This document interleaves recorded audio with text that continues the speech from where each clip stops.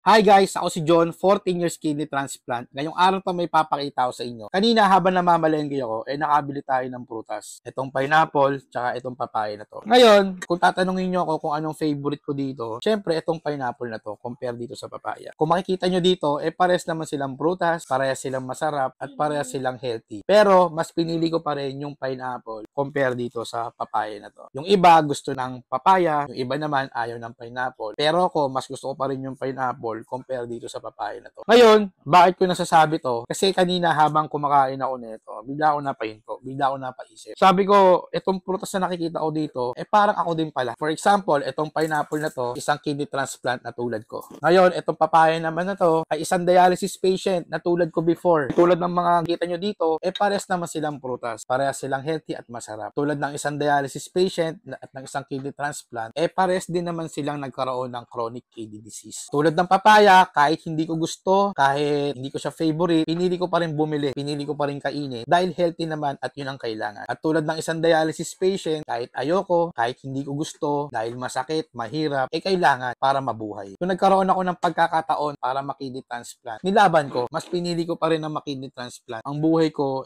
parang prutas din bala. Kung ano yung gusto mo, yun ang kakainin. Kung ano yung gusto ko, yun yung ginawa ko. Dahil kung hindi ko ginawa yun, baka hindi nyo na ako nakikita. Sana gets nyo yung punto ko at sana kung may pagkakataon pa, ilaban nyo. Ingat po palagi and God bless sa ating lahat.